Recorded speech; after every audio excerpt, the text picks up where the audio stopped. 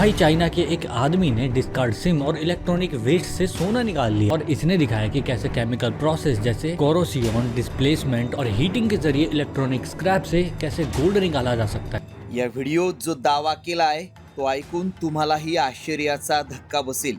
तुम्ही वापरत असलेल्या सिम कार्ड मध्ये सोनं असतं असा दावा करण्यात आलाय। एका व्यक्तीनं सिम कार्ड आणि इलेक्ट्रॉनिक कचऱ्यातून सोनं काढल्याचा दावा केलाय। सध्या सोन्याचे दर गगनाला भिडलेत आणि सिम कार्ड मध्ये सोनं असतं हा दावा केल्यामुळे याची अनेकांना उत्सुकता आहे। त्यामुळे आम्ही याची पडताळणी सुरू केली। तुमच्या सिम कार्ड मध्ये सोनं, सिम कार्ड मधलं सोनं विकून 27 लाख रुपये कमावले। व्हायरल व्हिडिओ मागचं सत्य काय? चाइना के एक आदमी ने डिस्कार्ड सिम या व्हिडिओत एका चीनी माणसानं सिम कार्ड आणि इलेक्ट्रॉनिक कचऱ्यातून सोनं काढून 26 लाखांचं सोनं गोळा केल्याचा दावा केलाय। खरंच सिम मध्ये आणि इलेक्ट्रॉनिक चिप मध्ये सोनं असतं का? त्यामुळे याची सत्यता जाणून घेण्यासाठी आमच्या टीमनं पडताळणी सुरू केली। आमच्या टीमनं याबाबत एक्सपर्ट कडून माहिती घेतली।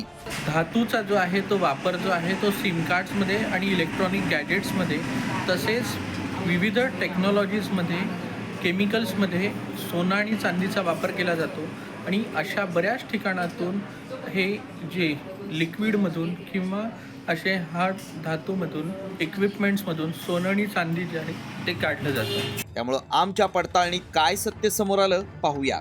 सिम कार्ड, इलेक्ट्रॉनिक चिप्स मध्ये सोनं वापरलं जातं। सोन्याचा पातळ थर चिपवर लावला जातो। कनेक्टिव्हिटी आणि करंट फ्लो साठी ते सोनं लावलं जातं। सोन्याचं प्रमाण खूपच कमी असतं। चीनी माणसानं हे सोनं फक्त एक किंवा काही सिम कार्ड मधून काढलेलं नाही। त्यानं मोठ्या प्रमाणात जुने सिम कार्ड, मोबाईलचे भाग आणि इतर इलेक्ट्रॉनिक कचरा गोळा केला।